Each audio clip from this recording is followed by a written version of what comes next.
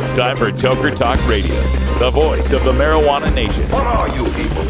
On dope? Where you can toke. I inhale frequently. Or you can talk. I experimented with marijuana and didn't inhale. Or you can toke and talk. 10 federal criminal penalties for possession of up to 1 ounce of marijuana. While we talk about toke on Toker Talk Radio. So, by the way, when it comes to pot, if you're 40 years old, you live in a log cabin in Oregon, you got 12 giant pot plants in your backyard, have a ball. Live from beautiful Portland, Oregon at Rolla J Studios. Hey, this is great. Just not cannabis. Plus your calls live at 971-533-7111. They're walking on their pants with their cap on backwards, listening to Enema Man and Snoopy Poop Dog. What's to keep somebody from getting all potted up on weed and then getting behind the wheel? Gateway theory doesn't work. It's a reality. Holland, is it real? Don't tease me. We're locking up people that take a couple of puffs of marijuana, and the next thing you know, they got 10 years. And now, here's your host, the guru of ganja graphics, the sultan of sativa statistics, and the worst nightmare of a reefer mad prohibitionist. A polite, perspicacious, productive pothead with a propensity for PowerPoint. Radical Russ Belville. All right, welcome back, everybody. It's 4:02. Feel a little more casual now. Toker Talk Radio's on the air. I got my DFW normal shirt. Woo-hoo! I love the DFW normal shirt. I'm telling you, folks, these guys in Texas have got their shit together. They got their poop in a group, if you know what I mean. We'll talk about Texas in just a second. I got to finish up a little bit of radical ranting, if you don't mind.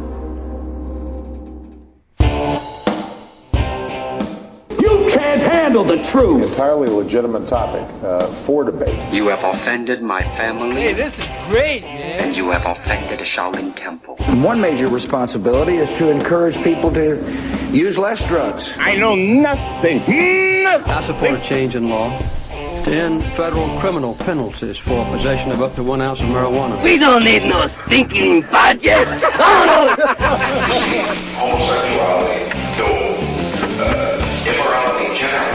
Down the century, you have slurred the meaning of the words we, the people. Be warned, this is not your mother's marijuana. You could ask yourself a question. Do I feel lucky? Or do you, punk? I want to ask you a bunch of questions. I want to have them answered immediately. Surely you can't be serious. I am serious. And don't call me Shirley. Radical Rant. All right, welcome back to part 2 of our rant on Dr. Nora Volkoff and the National Institute of Drug Abuse. They got a new study that's up on the New England Journal of Medicine reporting that marijuana can be an addictive, harmful, and gateway drug. We're just going to attack the addictive part for now. In her report, she claims, quote, approximately 9% of those who experiment with marijuana will become addicted. The number goes up to about 1 in 6 among those who start using marijuana as teenagers, and to 25 to 50% among those who smoke marijuana daily. That would be me. So there's a 1 in 4 or a 1 in 2 chance that I'm a marijuana addict, I guess. That's not that that's a wide range or anything, right? It's 25 or it's 50%. Imagine if someone came up to you and said, well, I'm sorry, your spouse has had a heart attack, but there's a 25 to 50% chance they'll live. Well, that's a pretty big range, isn't it? Anyway, this marijuana addiction that she's talking about is something that always offends me as someone who watched his father try to kick booze, speed, and cigarettes. I've seen addiction. I've lived addiction. Not only my father's, but my own addiction. I had a bout in the 90s with methamphetamine that was pretty devastating. So I know what addiction is, and it just pisses me off every time I hear someone bandy about the term addiction with respect to things not only innocuous as marijuana, but they'll talk about video game addiction or sex addiction or gambling addiction and all, and it just blurs the meaning of the word addiction, right? And I really dislike that. There's all sorts of terms that we'll throw in here: addiction, dependence, compulsion, psychological addiction, all these different terms that get thrown into it. And I don't really care so much about that for this rant. What I care about is the fact that if you're going to use the term addiction, you know damn well you're using it to try to scare people. You know damn well you're trying to get people to conflate it with alcoholism or heroin addiction. And the facts are that marijuana is nothing like what most people think of as an addiction. If anything, it's an addiction like coffee is an addiction. Now, I know people that are like, oh man, I got to have my first cup of coffee in the morning. Boy, if I don't have my first cup of coffee, well, that's an addiction. You're addicted under these definitions. Let's get to these definitions because these marijuana addiction statistics are based on these criteria that psychologists use to categorize mental disorders. These criteria are contained in something called the Diagnostic and Statistical Manual for Mental Disorders. This is also known as the DSM. Now, they just released a new 5th edition, the DSM-5, and it came out in May of last year. But Dr. Volkoff's 9% and 1 in 6 teens statistics, well, I've been hearing those since way before 2013. I recall Kevin Sabet and Project Sam using them back in 2012, and I've seen that 9% people get addicted to marijuana as far back as when I started marijuana activism in 2005. So that means to me that this marijuana addiction referred to by Dr. Volkoff and all these other people must be the form that's described in the DSM-4. Because that's when they built this stat, right? So let's take a look at that. According to that version, the DSM-4, a marijuana smoker who exhibits 3 or more of the following symptoms within a year suffers from cannabis dependence. By the way, that's the scientific literature's term for marijuana addiction, cannabis dependence. So here's what we got. Remember, 3. If you 3 or more of these symptoms, and you're a marijuana addict. Number 1, tolerance, as defined by a need for markedly increased amounts of the substance to achieve intoxication or the desired effect. You need to smoke more pot to get high. Tolerance, as number 2, tolerance as defined by markedly diminished effect with continued use of the same amount of the substance. So if you used to smoke a joint, it got you high. You smoke a joint now, it doesn't quite get you as high. So this means the fact that you've been smoking pot long enough that a single puff of a joint doesn't get you and turn you into a giggling idiot means that you may be a marijuana addict.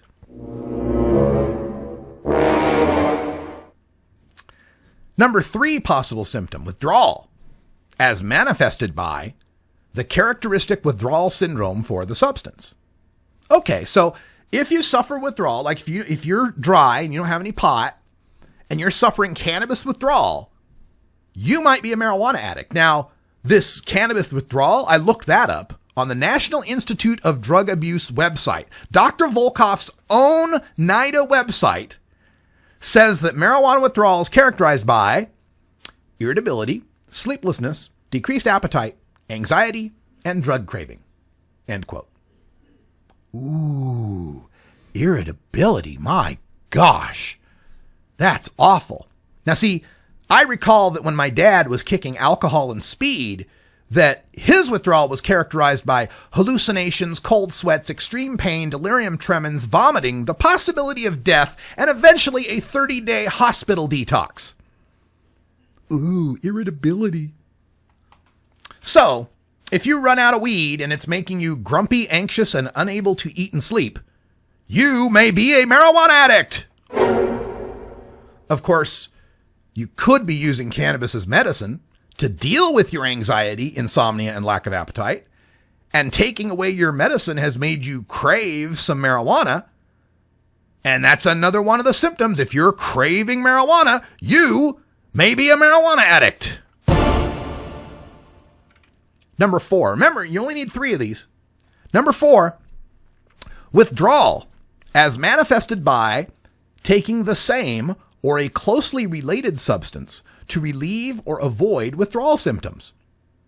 Oh, so if you're out of weed and you popped an Ambien for the insomnia, a Prozac for the anxiety, and drank a beer to adjust your attitude, you may be a marijuana addict. Number 5, possible symptoms of being a marijuana addict. Taking the substance often in larger amounts or over a longer period than was intended. So, if you're now smoking the whole joint and your smoke session went longer than you expected it to, you may be a marijuana addict. And number 6, remember, you only need 3 out of 6 of these. Having a persistent desire or unsuccessful efforts to cut down or control substance use. So, if you've wanted to cut down on your marijuana use because of the threat of being arrested, fired, or expelled, and you haven't been able to, you may be a marijuana addict.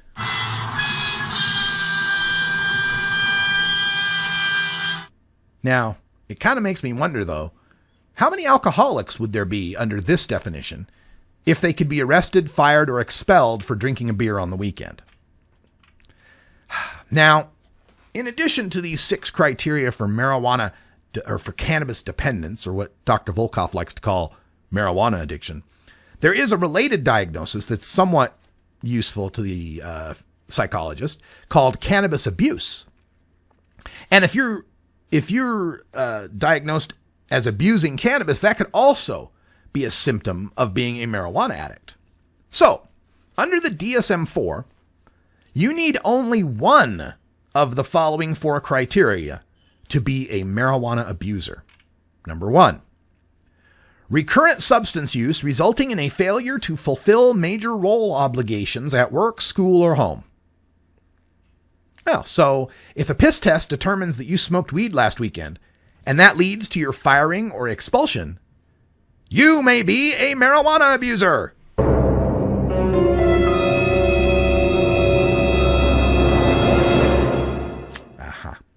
Number 2, recurrent substance use in situations in which it is physically hazardous.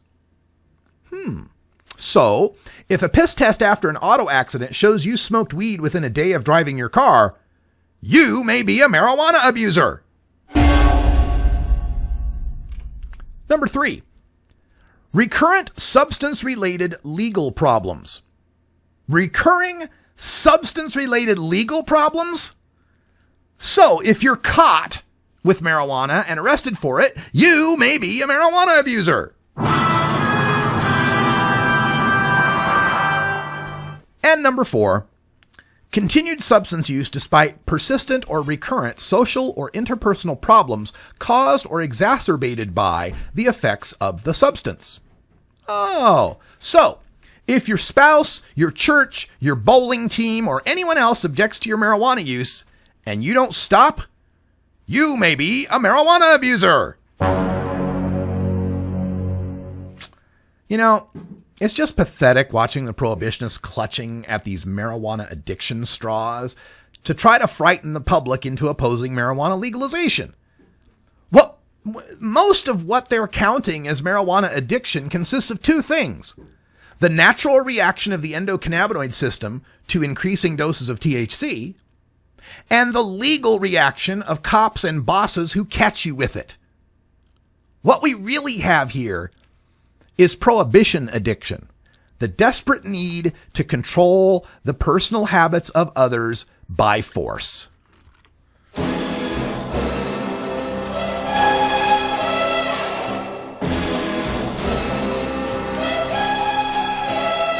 America's RR7 secret agent of progressive change.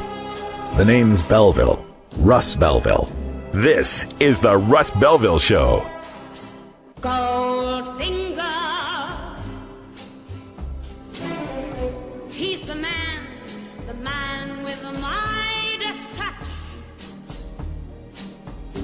A spider's touch. 420 Radio, fighting prohibition since 2012. The Marijuana Business Association, or MJBA, are proud sponsors of the Russ Belville Show. It is the mission of the MJBA to establish integrity and legitimacy, create common market standards, provide market intelligence, and develop best ethical business practices for participants in the emerging legal marijuana industry, including commercial hemp, medical marijuana, and recreational marijuana for adults. Learn more about the Marijuana Business Association and visit mjba.net to join today. That's mjba.net. Daily Toker tunes every day at 2 o'clock Pacific on 420radio.org. The law offices of Omar Figueroa would like to remind you to stand up for your rights. If you are detained or arrested, treat law enforcement with respect and stand up for your rights by repeating, "I respectfully invoke all of my legal and constitutional rights. I do not consent to any search and seizure. I want to remain silent, and I want to speak with my attorney." Please contact the law offices of Omar Figueroa at 415-489-0420 or 707-829-0215 or on the web at omarfigueroa.com. Troublesome nigga. Troublesome 19 motherfucking 96. Let it be known, nigga. Boss of all bosses. Machiavelli. Minutes and methods label me a lethal weapon, making niggas die, witnessing breathless imperfections. Can you picture my specific plan? Yeah. Throw it up. That's Tupac with Troublesome 96. Welcome back to Toker Talk Radio. Radical Russ here. Phone lines are open at 971-533-7111. Getting ourselves ready to head out to DFW. Heading out to DFW Normal. Gonna have ourselves a good time. Interesting trivia fact, by the way. We spoke today in hour 1 to Sean McAllister from DFW Normal. That would not be the Sean McAllister in Colorado who's part of the Colorado Normal people. And that would not be the Sean McAllister who is an attorney in or a doctor in California working with medical marijuana. That's right. In 3 different states, I know a Sean McAllister. It's different spelling for each one of them, too. One's a S-H-A-U-N. Another one's a Sean, S-E-A-N. Another one's a Mac Allister, M-A-C Allister. It's just wild that there'd be 3 Sean McAllisters in marijuana reform. Who'd have thunk?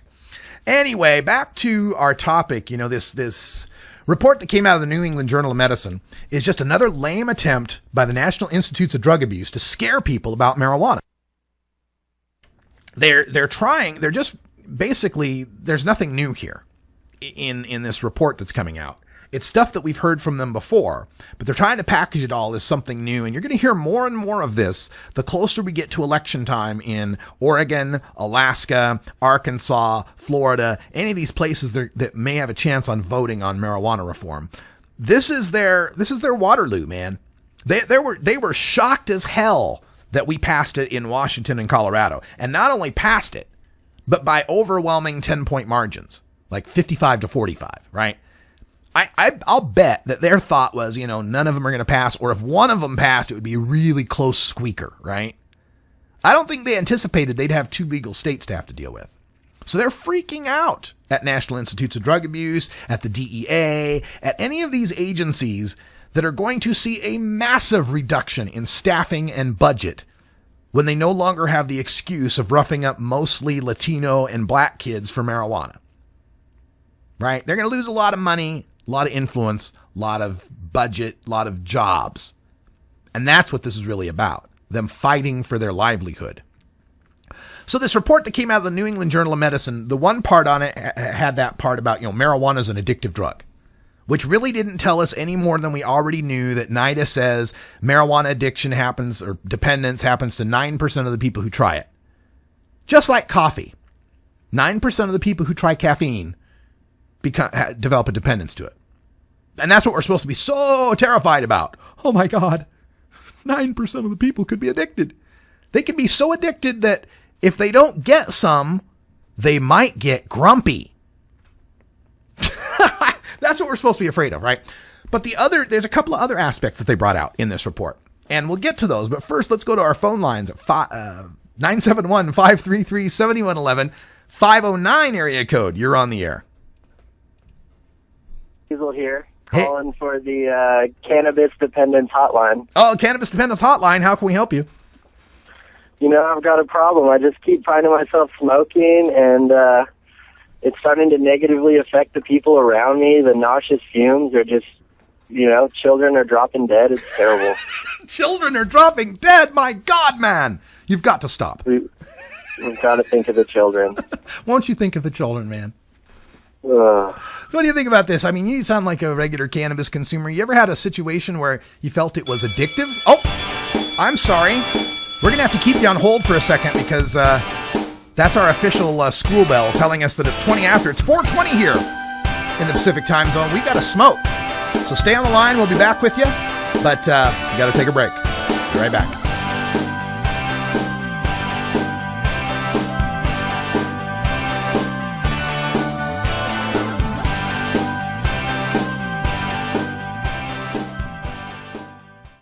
.420 Radio, your ticket to the Boston Freedom Rally.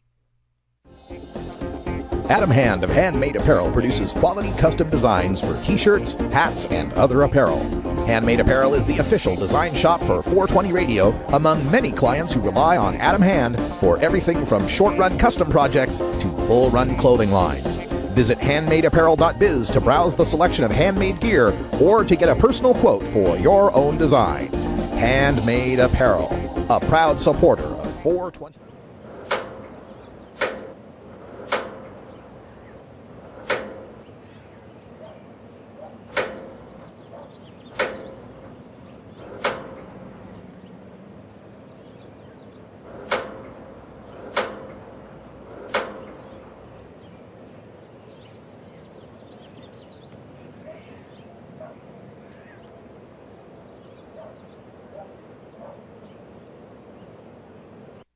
Growing plants indoors can be a rewarding hobby, but electricity bills can go through the roof.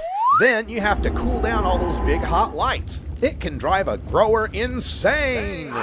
With Lush LED lighting, you can solve many of these issues and double your rewards. Matt and his scientists have developed the perfect light for flowering plants with far less cost and heat. And the results? Very effective. Check out lushledlighting.com right now and tell them Radical Russ sent you.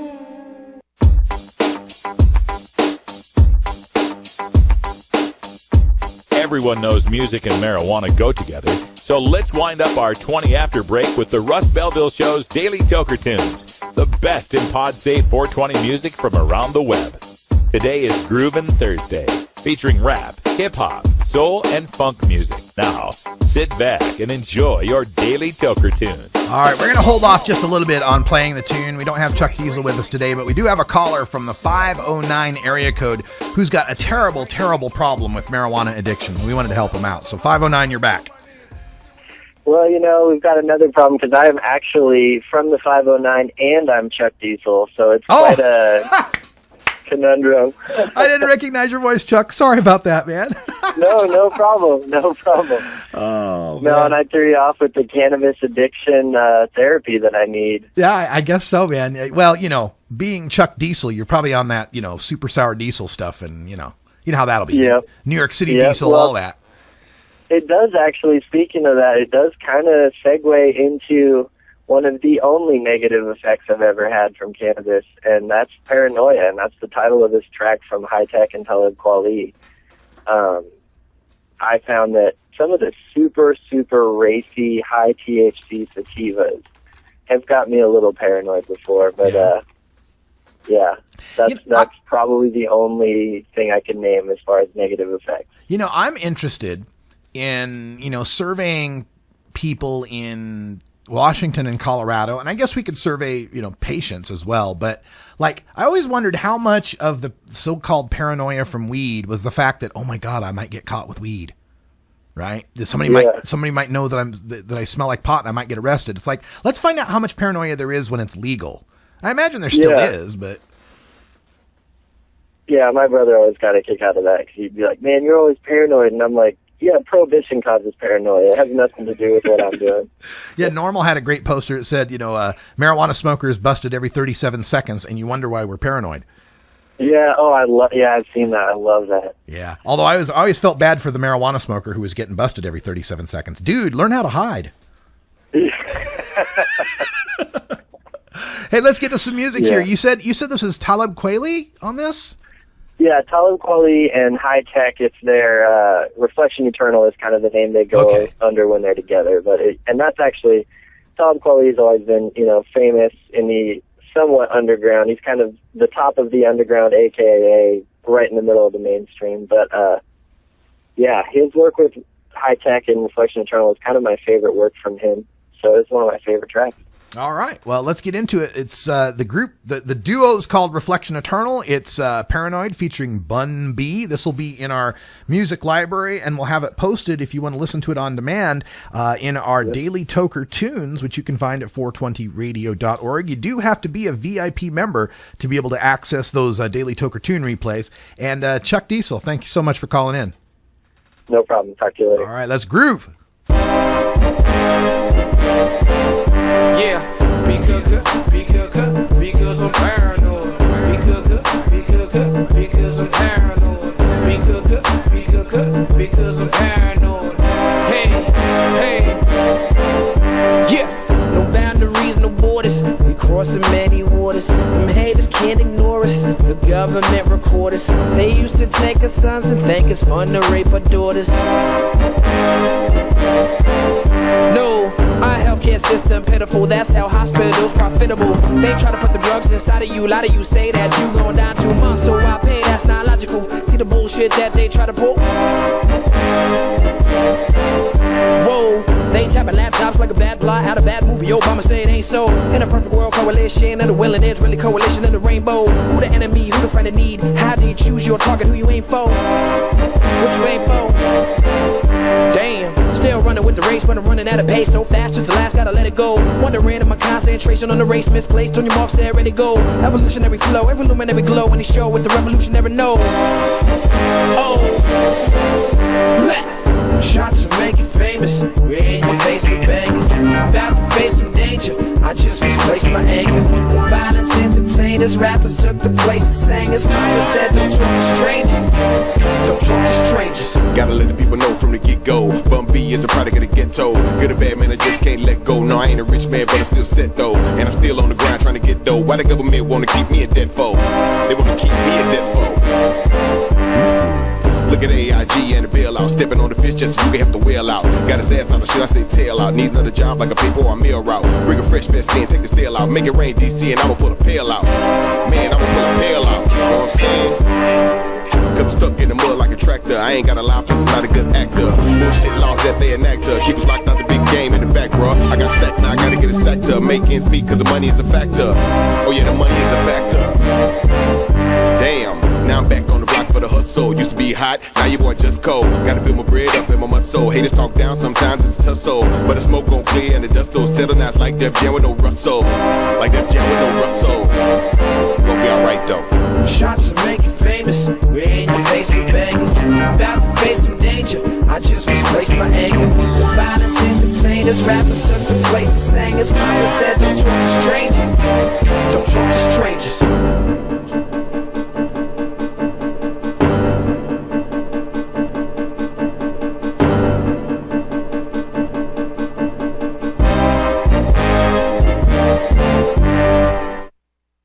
.420 Radio, freeing your mind 24 hours a day. I'm Radical Russ Belville, and I want to thank you for listening to 420 Radio. We couldn't survive without you and our sponsors, and I'd like you to check out one of our prime sponsors, the National Cannabis Coalition. I've been working with NCC since June of 2012, and I'm proud to be part of the team they have assembled. National Cannabis Coalition is building the partnerships with reformers, lawmakers, and industry we need to be successful. Visit the National Cannabis Coalition website at nationalcannabiscoalition.com or the easier-to-remember ncc420.com. That's where you'll get the exclusive first look at my radical rants, as well as informative articles from the nation's top cannabis pundits. Visit ncc420.com today, and if you have your phone handy, text Russ to 420-420 to support NCC and 420 Radio. It's a free text message that helps us help you end adult marijuana prohibition. Learn more at ncc420.com, and thanks for supporting independent marijuana legalization public radio. Stony Sundays, replaying Monday at 1 Pacific on 420radio.org. Cannabis Outreach Collective is an alternative health and wellness option located in Gladstone, Oregon, that serves patients in the Portland area and beyond. You can find out more about Cannabis Outreach Collective on Facebook at COC503 or by emailing cannabisoutreachcollective503@gmail.com or by telephone at 503-853-1319.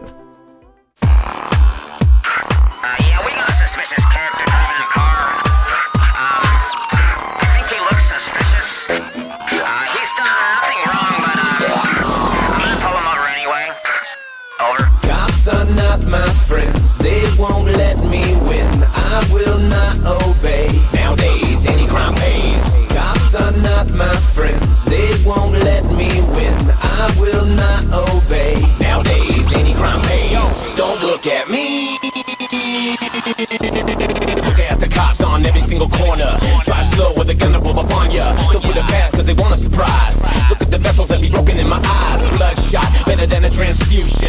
It can ruin your life, no illusion. So a repeat, fuck the police and anybody down with them. We gotta get them, get them, get them, get them, get them. Oh yeah, that's the dirt ball. Cops are not my friends. They won't let me win. That's No Cops from the Dirt Ball, straight out of Bend, Oregon.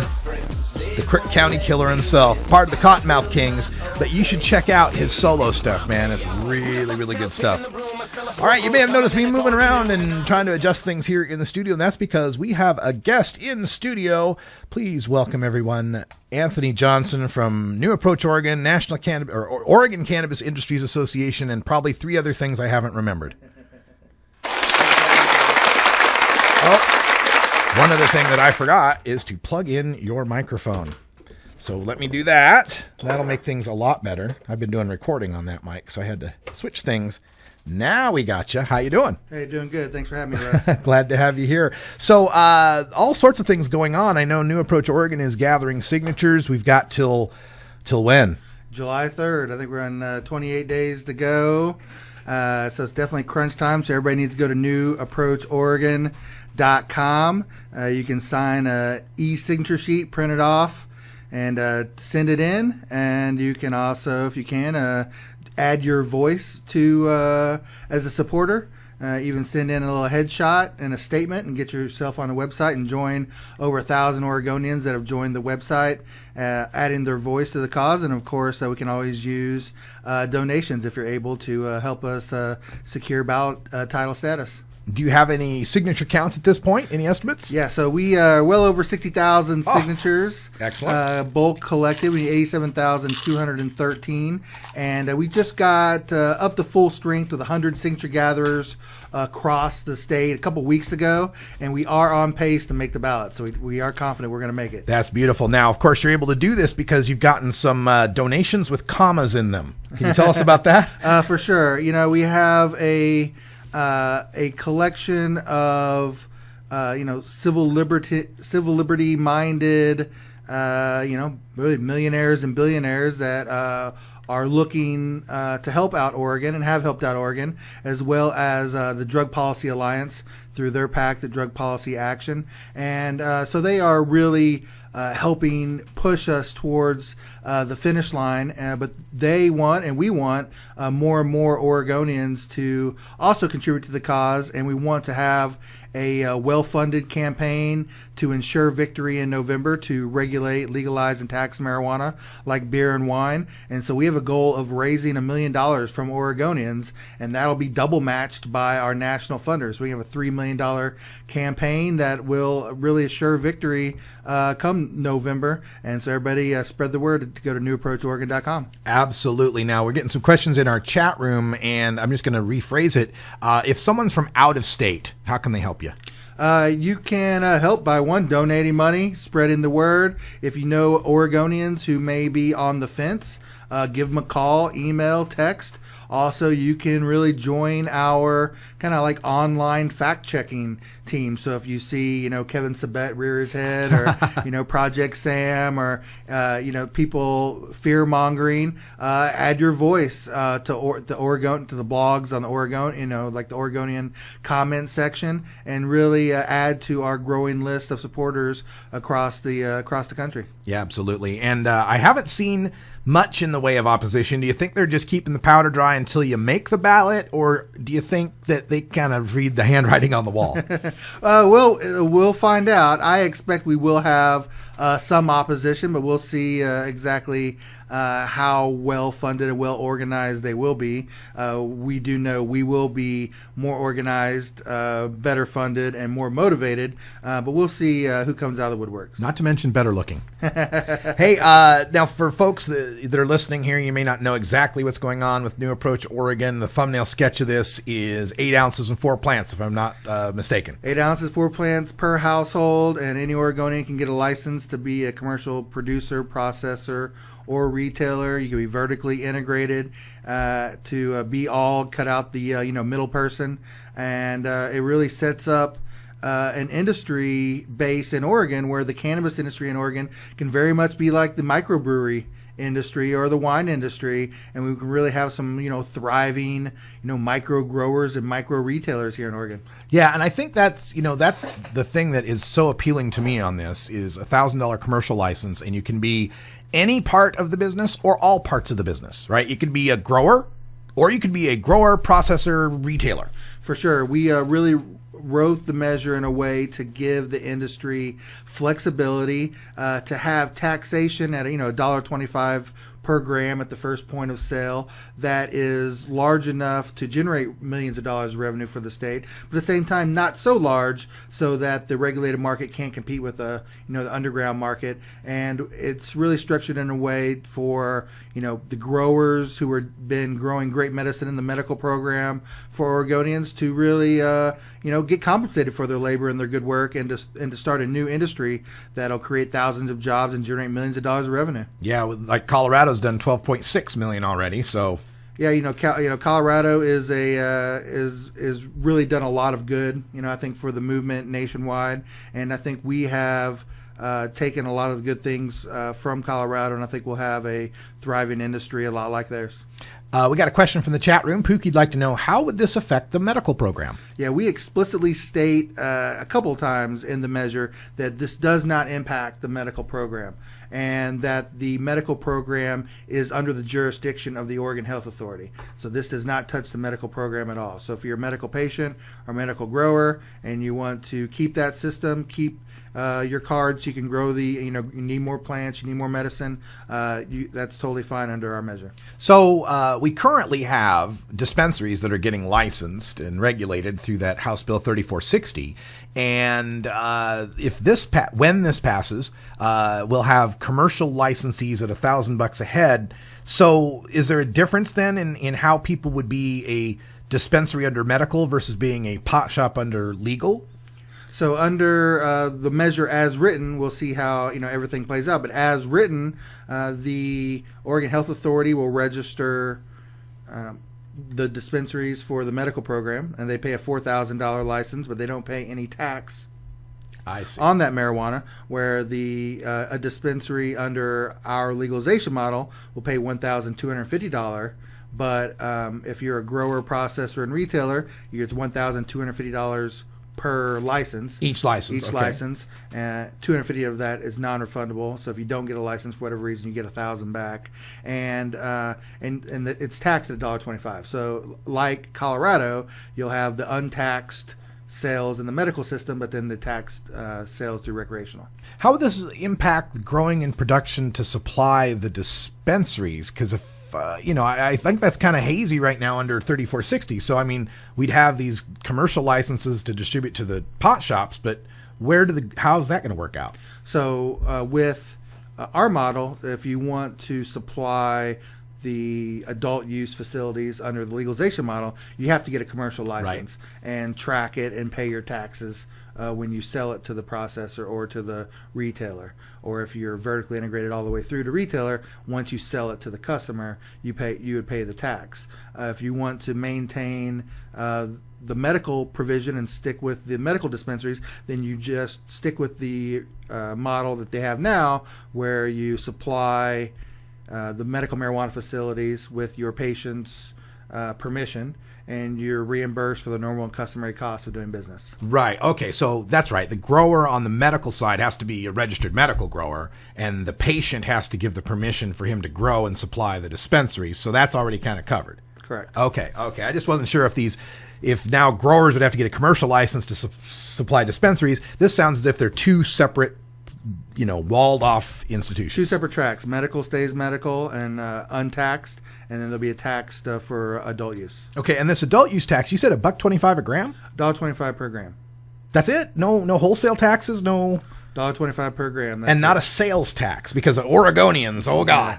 Yeah, Oregonians love not having a sales tax, so we did not want to have anything that resembled a sales tax. How best to tax marijuana was one of the hardest things to figure out under this measure. We probably spent 2 months debating just the tax, how to fix tax. Could not be a sales tax. Could not smell like a sales tax. Could not look like a sales tax. So we have a one-time tax. If a producer sells it to a processor, the producer pays that tax. If a producer is their own processor and retailer, then they don't pay the tax until they sell it to the consumer. Wow. All right. So $1.25 a gram flat, folks. Yep. And if you sell leaf, it's $10 per ounce of leaf. And if you sell plants, it's $5 per plant. Okay. I'm liking this more and more. And now, when this passes, how many heads are going to flip in Washington State? What's this going to do to Washington State? Well, yeah, I imagine Washington State will have to look at their tax provision and reassess. Yeah.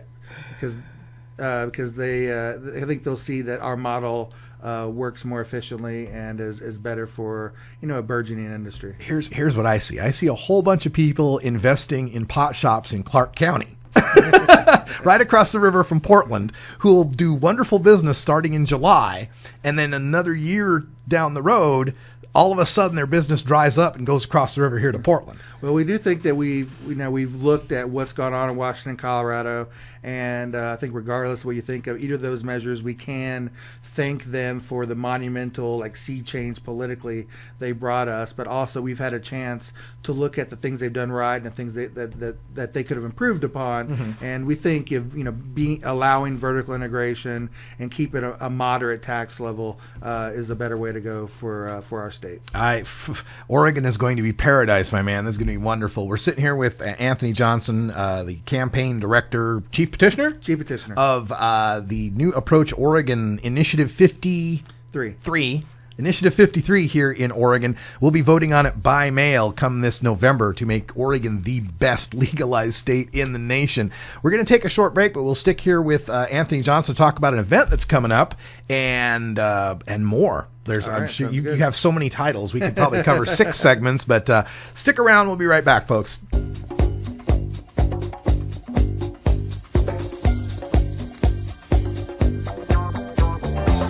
Don't touch that dial. We're right back to Radical Russ in just a few minutes. Hey, does anybody really have a dial anymore? No? You're listening to The Russ Belville Show.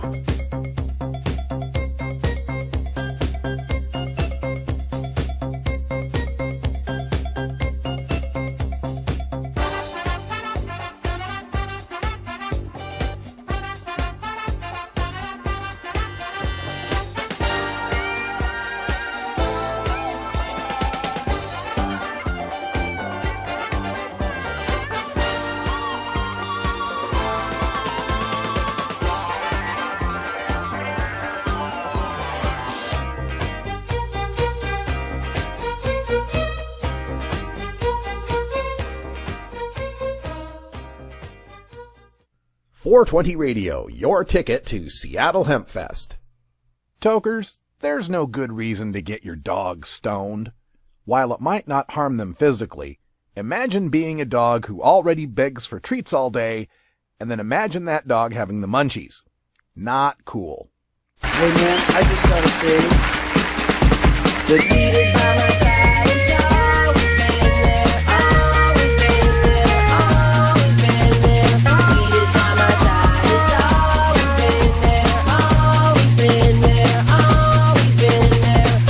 That's right. Weed is by our side. It's always been there. Always been there. Always been there. Weed is by our side. That's MC Chris with the peanut butter and jelly remix of Weed. And if you know Family Guy, you'll know what that means. Anyway, we're here with Anthony Johnson, who's stopped by the studio. We've been talking about New Approach Oregon. We've got some events coming up we want to talk about as well. Before we leave the New Approach Oregon thing, though, I wanted to ask about the big hot topic now, edibles. Anything about edibles or packaging or labeling or... So, under our model, we'll have a year to formulate the rules, and we'll definitely have labeling, packaging, and dosing.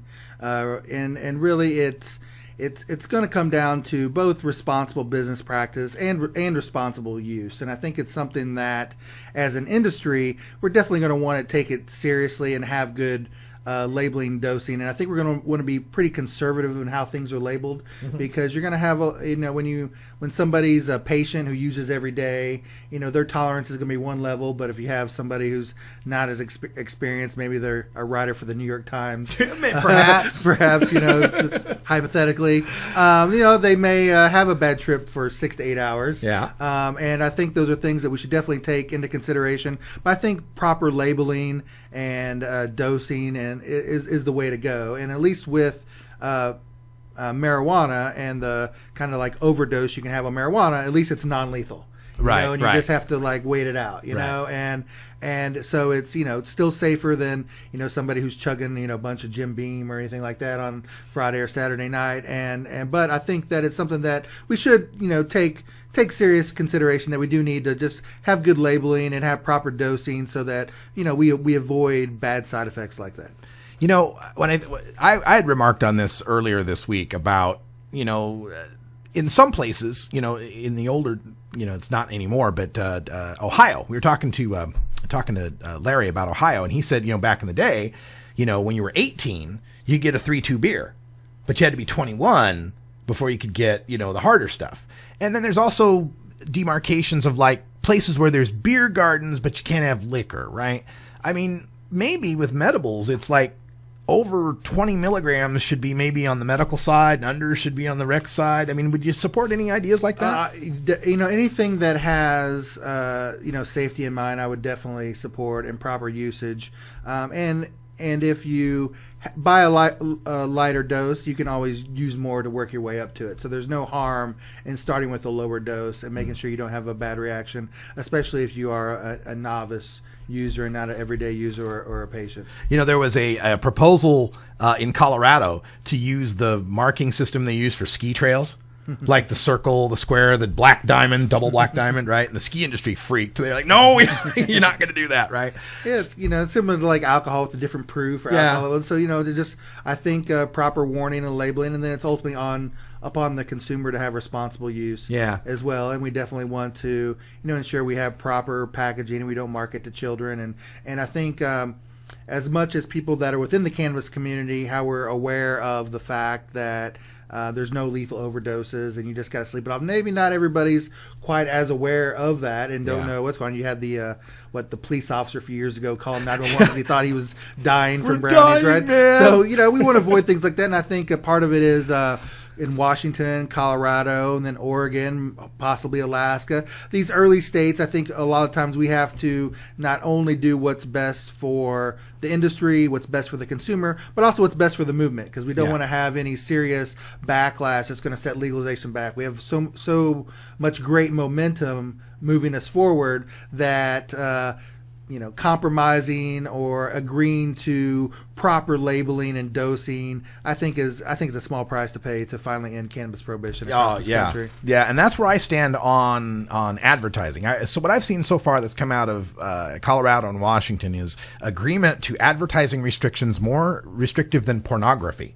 Right? I can drive down streets and see, adult dancer, all these different things that you can see. But with marijuana, no green crosses. It has to be, your sign has to be 16 inches in black and white. I mean, gee, man, Christmas. So is that something that's covered by New Approach as far as advertising? So there will be restrictions on advertising. And the restriction advertising will likely be similar to, restrictions on beer and wine. And liquor. So some places you can advertise, some places you're not. Probably not going to be able to have billboards within 1,000 feet of a school. But hopefully people can have proper signage. But there definitely will be restrictions on advertising. But in Oregon we have there are also free speech issues, so it can't get so restrictive that you can't operate properly. But there will be some restrictions on advertising. Yeah, what has always angered me about that, has to be 1,000 feet from a school, is driving by some old schools back in Nampa, back in my hometown, where the backboards are Sprite on the basketball, on their playground. Basketball backboard is Sprite or Coke or whatever. It's sugar peddlers, they're okay within the 1,000 feet of a school. Well, the way that the country is moving and learning more about sugar and diabetes and health effects, that may not last too long. That's right. Stay away from white powders. White powders are bad. Hey, we're sitting here with Anthony Johnson, and he's not only the campaign manager and chief petitioner for the New Approach Oregon campaign, but he's also with the Oregon Cannabis Industries Association, OSHA. And we've got an event coming up in September. Is that the OSHA event, or is that? So OSHA, the Oregon Cannabis Industry Association, will serve as a sponsor of the International Cannabis Business Conference. The International Cannabis Business Conference is really an offshoot, a growth of the Oregon Medical Marijuana Business Conferences that were sold out both in Eugene and Ashland. And this conference is is actually taking the industry global and bringing in experts and professionals from California, Colorado, Washington, across the country, but also a speaker from Uruguay. And a speaker from Canada, and potentially someone from Amsterdam and Portugal as well, to really give a global perspective as where the cannabis and hemp industry is going. And that's September 13th and 14th here in Portland at the Oregon Convention Center. And for more information on that, people can check out internationalcbc.com. And my main focus in working to fight and end cannabis prohibition has been to end the arrests for people, and that's always been I think that always going to be at the forefront of any measure you're working on. But as we've seen in political cycles and elections, the economics of marijuana are a great avenue to really broach this subject with moderates and conservatives and libertarians, and a well-regulated professional industry is really necessary to fully legalize the plant for everyone. And so the International Cannabis Business Conference is bringing in somebody like Andrew Sullivan, a best-selling author, one of the top bloggers in the country. You might have seen him on Real Time with Bill Maher, the Colbert Report, and he actually published a book called the Cannabis Closet, which was a collection of stories from his readers talking about kind of the stigma they've suffered over the years of having to hide their cannabis use. And these are all people that are doctors, teachers, lawyers, big professionals in their fields, but they've always had this stigma of having to hide their cannabis use. And Andrew Sullivan has been one of the top fighters for marriage equality and gay rights himself, and he really saw a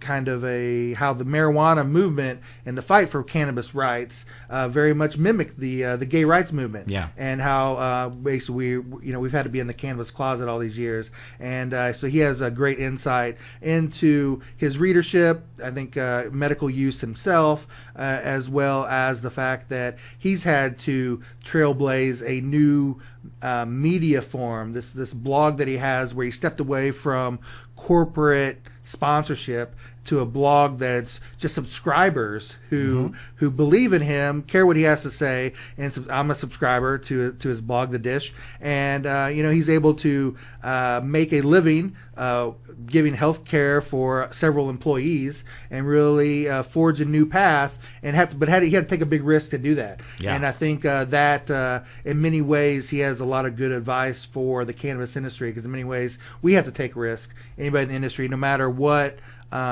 the state law is and how it's moving at federal law and federal policy, everything's going the right way. There are still so many complications with banking and taxes, and not to mention the stigma from friends and family and different professions you have to leave, that I think he has a lot of great advice. So internationalcbc.com. I hope you take a look. Congressman Earl Blumenauer is going to be there.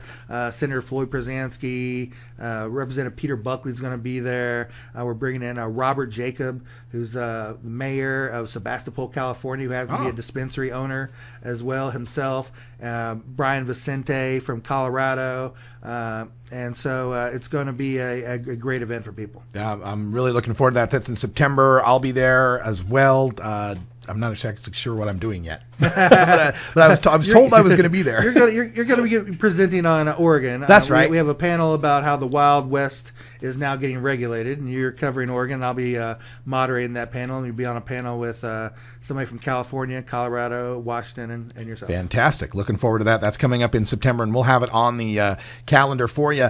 We did get another question from our chat room, and this goes back to the New Approach Oregon subject. What about manufacture of concentrates? So under our measure, concentrates can only be manufactured by a licensed producer. Yeah. Licensed producer or processor can make. And that's the $1,000 license, right? $1,000 license. $1,250? $1,250 total. Okay. And that I must say that I think that somebody making butane hash oil, I know there's a lot of people that are doing it the right way, but we're just seeing too many explosions and bad stories about that. So if you have a medical card and you need it for medical uses, we don't touch the medical. Right. But as far as the recreational goes, you have to be a licensed processor to make like butane hash oil and concentrates. Dude, you're making BHO. You can come up with $1,250. Get yourself licensed and trained and regulated and understand and do this legally, and don't make it look bad for the next state that's trying to get this legal. So, Anthony Johnson, you're doing great work here with New Approach Oregon, with Oregon Cannabis Industries Association. Did I leave anything out that we need to cover? I just wanted to give one plug to one event that OCIA is helping promote, and that is Hemp History Week is this week. Yes. And at Cinema 21 in Portland, Bringing It Home, a hemp documentary. That's great. We just talked to Joy Beckerman-Marr in Seattle, and they're doing one. Seattle Hemp Fest is sponsoring one up in Seattle, so this is the same film. I think it's like 800 cities across the country are doing events, and so I really wanted to give a plug. This is Sunday, June 8th, 11:30 a.m. at Cinema 21, which is at 616 Northwest 21st in Portland, Oregon. There's going to be speakers there, music, free hemp products, and a screening of Bringing It Home. So I hope everybody can check that out. All right. Please do check that out. Anthony Johnson, thanks so much for coming down to the studio. Oregon Cannabis Industry Association, OCIA, newapproachoregon.com to check them out and to help them out. And now we've, of course, got another one of our special messages we've got to leave the show on, because we do believe in fair and balanced journalism. So take it away with the anti-side.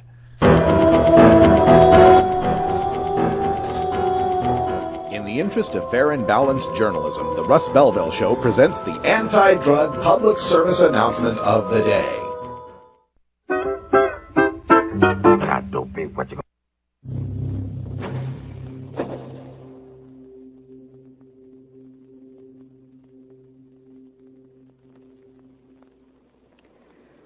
This is a vial of crack, rock cocaine. As you may have noticed, it doesn't come with a warning label. If it did, it might tell you that smoking crack affects the brain, the nervous system, the lungs, and the heart. It would also say that crack can kill you. The problem is, no one knows exactly how much it takes to do it. So every time you try it, it's a guessing game. And if you guess wrong with this stuff, you die.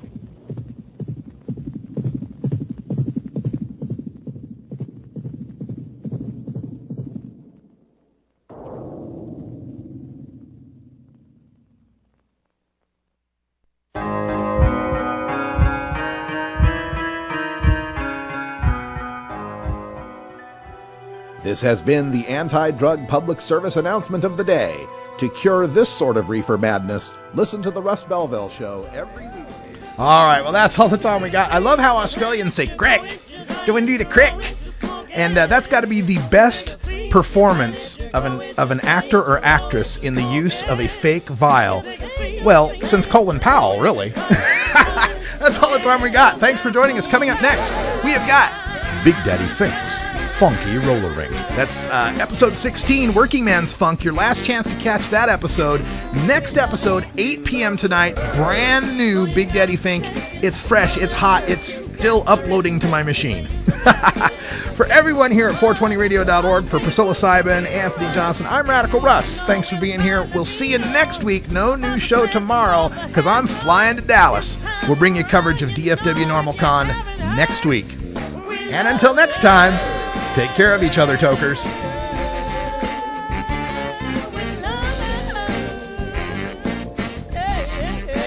This is the Russ Belville Show. The Russ Belville Show is blogging and podcasting daily at radicalruss.com. You take a seed, you plant it, you grow it, you dry it, you roll it, you smoke it. You take a seed, you